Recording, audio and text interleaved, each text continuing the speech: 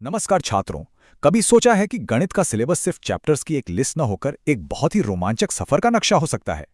तो आज हम बीएससी और बीए के कैलकुलस और वेक्टर एनालिसिस के सिलेबस को बिल्कुल इसी नजरिए से समझने वाले हैं, ताकि हर एक टॉपिक आसानी से दिमाग में बैठ जाए। तो चलिए इस सिलेबस को सिर्फ टॉपिक्स की एक लिस्ट नहीं बल्कि एक दिलचस्प कहानी की तरह देखते हैं।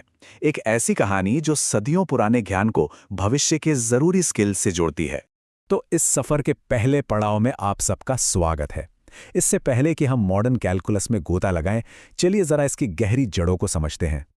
और ये जड़ें सीधे तौर पर हमारी महान भारतीय ज्ञान परंपरा से जुड़ी हुई हैं। और पता है सबसे दिलचस्प बात क्या है? कैलकुलस की जो नींव है वो किसी विदेशी विद्वान ने नहीं रखी। जी हां, इसे आर्यभट्ट, माधव और ज्येष्ठदेव जैसे हमारे ही शानदार भारतीय गणितज्ञों ने तैयार किया था। तो ये कोर्स ये सिर्फ पढ़ाई नहीं है, ये तो अपनी ही विरासत को, अपनी जड़ों को जानने का एक सफर है। पहली यूनिट में हम वैदिक कैलकुलस की दुनिया में भी उतरेंगे।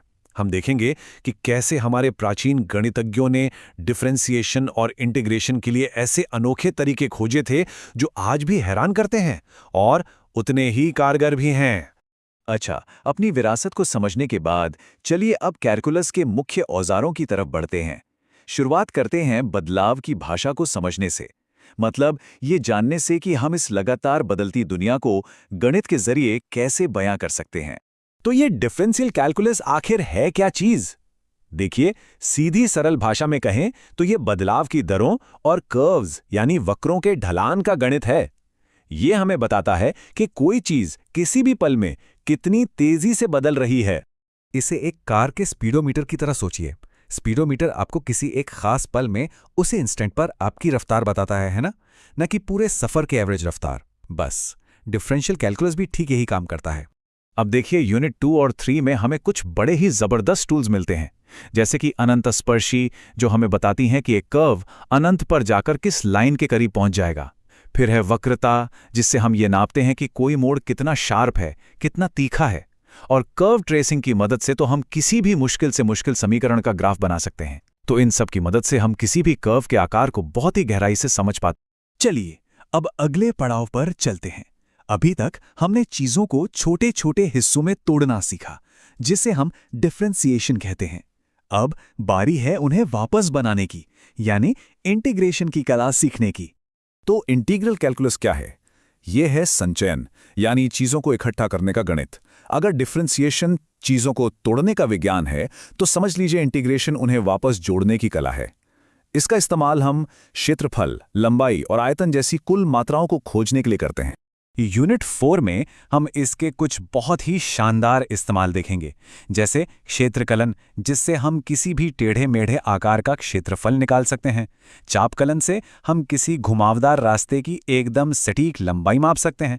और सॉलिड्स ऑफ रेवोल्यूशन से हम 2D आकार को घुमाकर बनी 3D आकृतियों का आयतन भी पता कर सकते हैं। अब समय आ गया है इस सफर को एक नए डायमेंशन में ले जाने का। अब हम वेक्टर एनालिसिस के साथ कैलकुलस को 3 आयामों यानी कि हमारी 3D दुनिया में ले जाएंगे। और यहीं पर वेक्टर एनालिसिस में गणित सिर्फ कागजों से निकलकर फिजिक्स, इंजीनियरिंग, गेमिंग और यहां तक कि अंतरिक्ष विज्ञान की असली दुनिया में कदम रखता है। सिलेबस में जो इंडस्ट्रियल एप्लीकेशन की बात हुई है ना, वो असल में यहीं से जुड़े हैं। वेक्टर एनालिसिस के भी 2 पहलू हैं। यूनिट वी में वेक्टर डिफरेंशिएशन ये बताता है कि वेक्टर फील्ड्स, जैसे कि नदी में पानी का बहाव, वो कैसे बदलते हैं। वहीं यूनिट 6 में वेक्टर इंटीग्रेशन उस फील्ड के कुल प्रभाव को एक लाइन, एक सतह या एक वॉल्यूम पर जोड़ता है। और इन वेक्टर फील्ड्स को समझने के लिए यूनिट वी आपको एक 3D टूल किट देती है। इसमें 3 प्रमुख ऑपरेटर्स हैं। ग्रेडियंट, जो सबसे तेज बदलाव की दिशा बताता है। डाइवर्जेंस, जो बताता है कि कोई चीज एक बिंदु से कितनी फैल रही है। और कर्ल, जो किसी बिंदु पर घुमाव को मापता है। ये आपके सबसे जरूरी औजार होने वाले हैं। तो इस पूरे सफर को पूरा करने के बाद आपको हासिल क्या होगा? चलिए देखते हैं कि ये कोर्स आपको कौन कौन सी शक्तिशाली स्किल्स और संसाधन देगा। इस कोर्स को पूरा करने के बाद आप कई जबरदस्त स्किल्स में महारत हासिल कर लेंगे। और ये न सिर्फ आपके कॉन्फिडेंस को बढ़ाएगा, बल्कि आपको असल दुनिया की समस्याओं को एक नए नजरिए से सुलझाने में भी मदद करेगा।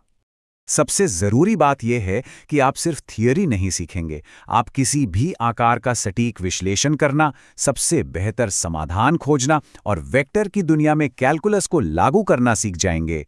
असल में आप भौतिकी के नियमों को गणित की भाषा में देख और समझ पाएंगे। और अपनी तैयारी शुरू करने के लिए सिलेबस में बताई गई इन 3 जरूरी टेक्स्ट बुक्स पर जरूर ध्यान दें।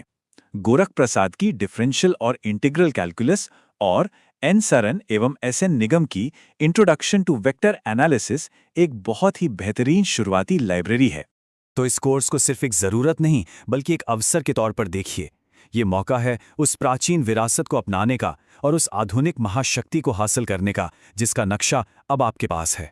तो सवाल बस एक है, क्या आप उस भाषा में महारत हासिल करने के लिए तैयार हैं जो खुद इस ब्रह्मांड का वर्णन करती है?